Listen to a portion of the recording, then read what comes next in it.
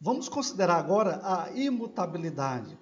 Deus é imutável no seu ser, nas suas perfeições, nos seus propósitos e nas suas promessas. Essa imutabilidade nós encontramos já no versículo 25 e 27 do Salmo 102. Olha o que está escrito para nós. A terra e o céu vão acabar, mas tu viverás para sempre. Mas tu és sempre o mesmo, e a tua vida não tem fim.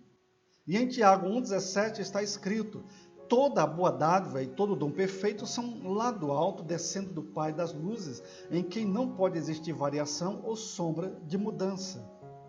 A mutabilidade tem referência a uma entidade criada, a incidentes ou circunstâncias ou à vontade. Cada criatura, de uma forma ou de outra, está sujeita a mudanças e tem dentro de si o potencial de mudança ou de ser mudado. O Senhor nosso Deus, no entanto, é absoluto e em todos os aspectos é imutável tanto na sua essência quanto na sua vontade. Sim, mesmo a possibilidade de mudança é totalmente estranha a Deus. Isso é evidente a partir do seguinte: primeiro, é transmitido pelo nome de Deus, Jeová, que significa ser eterno. Por meio desse nome, Deus mostra-se imutável. Em Êxodo 6, versículo 3 está escrito: mas pelo meu nome, Jeová, não lhes fui conhecido. Isto é, eu lhes fiz uma promessa sobre Canaã, que, no entanto, não cumpri a seu tempo e não tenho lhes mostrado de verdade que eu sou imutável. Mas agora mostrarei que eu sou Jeová, o Deus imutável, cumprindo minha promessa à sua semente.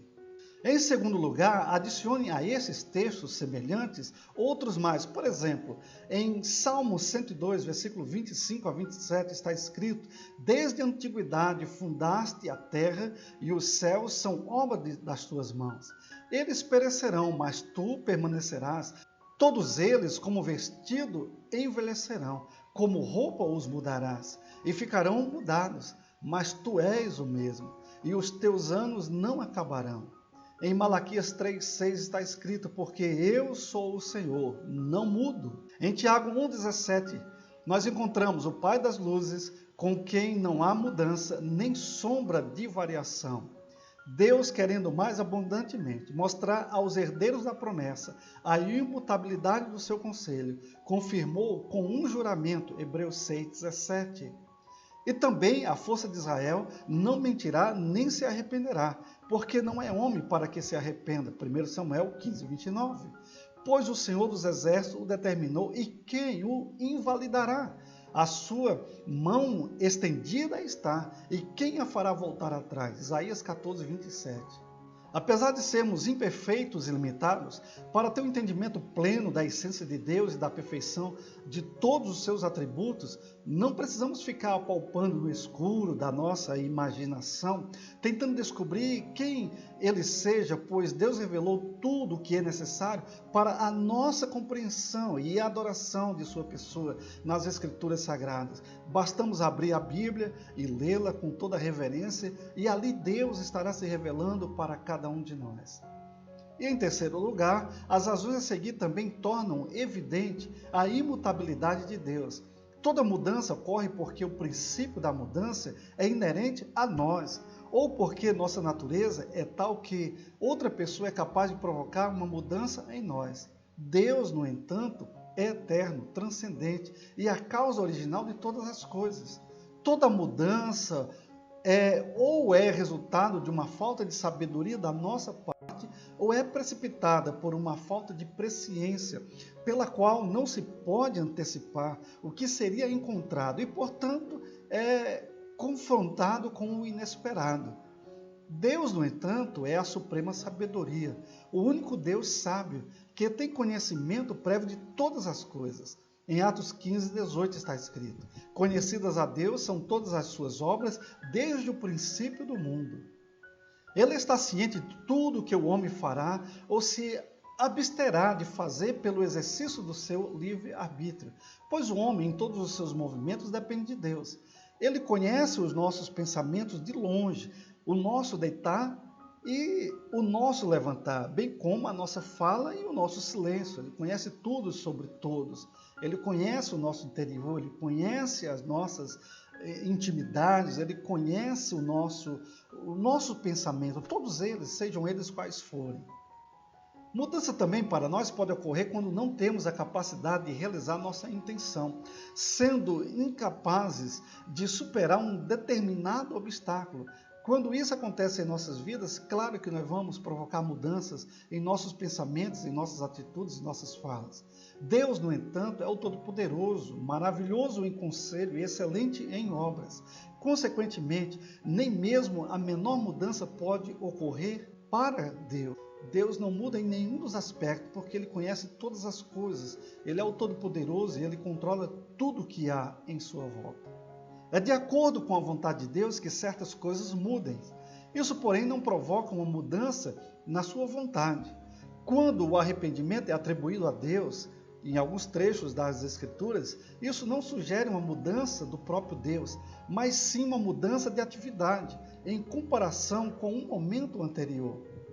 Sempre que Deus emite uma promessa ou uma ameaça que Ele não realiza, isso indica meramente que havia uma contingência expressamente declarada ou implícita, que determinaria se as circunstâncias ocorreriam ou não. Isso não indica que qualquer mudança ocorre nele, mas sim nas criaturas. Desde que Deus é imutável, o pecador não arrependido deve temer, pois todas as ameaças e julgamentos, tanto temporais como eternas, com as quais você e eu, todos nós, que somos ameaçados, conforme está nas Escrituras Sagradas, certamente virão sobre nós, se nós não nos arrependermos. No entanto, aqui nessa palavra, nós também encontramos conforto quando nós atentamos para a imutabilidade do Senhor, pois todas as promessas sobre a herança vindoura certamente se cumprirão sobre nós. Nenhuma das promessas de Deus cairá por terra sem que antes tudo se cumpra, porque Deus disse e vai se cumprir. Ainda que as circunstâncias pareçam adversas, ainda que tudo pareça ser contrário a essas promessas, nós precisamos nos aquietar e ficarmos sossegados, sabendo que esse Deus imutável, Ele sempre cumpre aquilo que promete aos seus filhos, aos seus servos, aqueles que o obedecem, aqueles que o adoram em espírito e em verdade. Deus muitas vezes nos leva nesses caminhos tortuosos para nos fazer confiar somente nele e em sua palavra. Ele torna a promessa obscura e faz com que o oposto transpire para demonstrar posteriormente a imutabilidade de seu conselho muito mais claramente. Quem já não passou isso?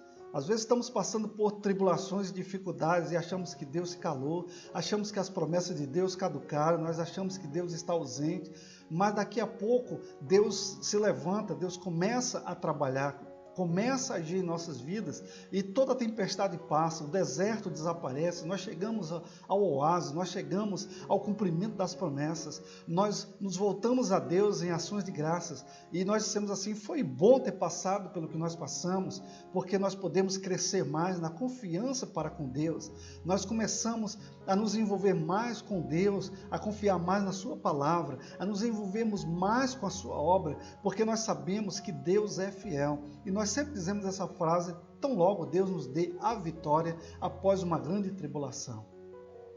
Vamos agora falar sobre a onisciência de Deus. Nós afirmamos que Deus possui todo o conhecimento e Ele conhece o futuro e os nossos pensamentos. Deus é onisciente, Ele sabe todas as coisas possíveis, todas as coisas reais, todos os eventos, conhece todas as criaturas, todo o passado, todo o presente, todo o futuro. Não há nada encoberto aos olhos de Deus. Conhece perfeitamente todos os pormenores da vida de todos os seres que há no céu, na terra e até mesmo no inferno. Conhece o que está em trevas, diz Daniel 2:22. Nada escapa à sua atenção, nada pode ser escondido dele, não há nada que ele esqueça. Bem podemos dizer como salmista, tal ciência é para mim maravilhosíssima, tão alta que eu não posso atingi-la. Salmo 139:6. Seu conhecimento é perfeito, ele jamais erra, nem muda, nem passa por alto alguma coisa. Tudo, absolutamente tudo, ele tem o controle. Hebreus 4:13 diz, e não há criatura alguma encoberta diante dele. Antes todas as coisas estão nuas e patentes aos olhos daquele com quem temos de tratar. Sim, tal é o Deus a quem temos de prestar contas. A onisciência de Deus está também explícita lá em Salmo 139, de 1 a 4. Diz assim a palavra: Ó Senhor Deus, Tu me examinas e me conheces, sabes tudo o que eu faço, e de longe conhece todos os meus pensamentos. Tu me vês quando estou trabalhando e quando estou descansando. Tu sabes tudo o que eu faço. Antes mesmo que eu fale, tu já sabes o que eu vou dizer. Desde o princípio eu anunciei as coisas do futuro. Há muito tempo eu disse o que ia acontecer. Afirmei que o meu plano seria cumprido, que eu faria tudo o que havia resolvido fazer. Em Hebreus 4,13, não há nada que se possa esconder de Deus. Em toda a criação, tudo está descoberto e aberto diante dos seus olhos, e é a Ele que todos nós teremos que prestar contas. Que maravilhoso ser é o Deus das Escrituras. Cada um dos seus gloriosos atributos deveria torná-lo honorável à nossa apreciação. A compreensão da sua onisciência deveria nos inclinar diante dele em adoração, ou seja, nós deveríamos nos prostrar reverentemente diante desse Deus tão grandioso e majestoso. Contudo, quão pouco meditamos nessa perfeição divina? Será que porque em só pensar nesse aspecto de Deus, nós já ficamos inquietos, já ficamos meio que perturbados com essa grandeza de Deus? Na onisciência de Deus, nós vamos ver dois aspectos interessantes. Um aspecto é um aspecto confortador e o outro é um aspecto inquietador. Vamos olhar para o aspecto confortador da onisciência de Deus. Por exemplo, o que nos conforta em tempos de aflição é saber que Ele sabe o meu caminho, Ele sabe o teu caminho, Ele sabe o que nós estamos passando. Pode ser profundamente misterioso para mim esse meu caminhar, essa minha situação, mas a Bíblia diz, Ele sabe. Jó 23, 10. Em tempos de fadiga e fraqueza, os crentes podem assegurar-se de que Deus conhece a nossa estrutura e lembra-se que nós somos apenas pó. Salmo 103, 14. Em tempo de dúvida, apelamos para esse atributo dizendo: sonda-me, ó Deus, e conhece o meu coração. Prova-me e conhece os meus pensamentos, e vê se há em mim algum caminho mau, e guia-me pelo caminho eterno. Salmo 139, 23 a 24. Em tempos de triste fracasso, quando os nossos corações foram traídos por nossos atos, nós podemos dizer: Senhor, Tu sabes tudo, Tu sabes que eu te amo. João 21, 17, foi isso que Pedro disse para Jesus, quando questionado por Jesus se Pedro amava ao Mestre. Porém, na onisciência de Deus há um aspecto inquietador. Por exemplo, as árvores do jardim não puderam ocultar os nossos primeiros pais quando cometeram aquele pecado da desobediência. Nenhum olho humano viu Caim assassinar seu irmão, mas o seu Criador testemunhou o crime. Sara pôde rir, zombeteira, oculta em sua tenda, mas foi ouvida por Jeová. Acã roubou uma cunha de ouro e a escondeu cuidadosamente no solo, mas Deus a trouxe à luz. Davi escondeu a sua iniquidade a duras penas, mas pouco depois, o Deus que tudo vê enviou-lhe um dos seus servos para dizer-lhe: Tu és o homem. E para nós hoje se diz: sabei que o vosso pecado vos há de achar.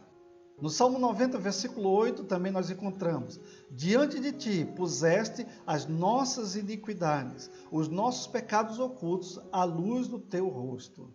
Nada se pode esconder de Deus. Quanto às coisas que vos sobem ao Espírito, eu as conheço. Ezequiel 11, versículo 5.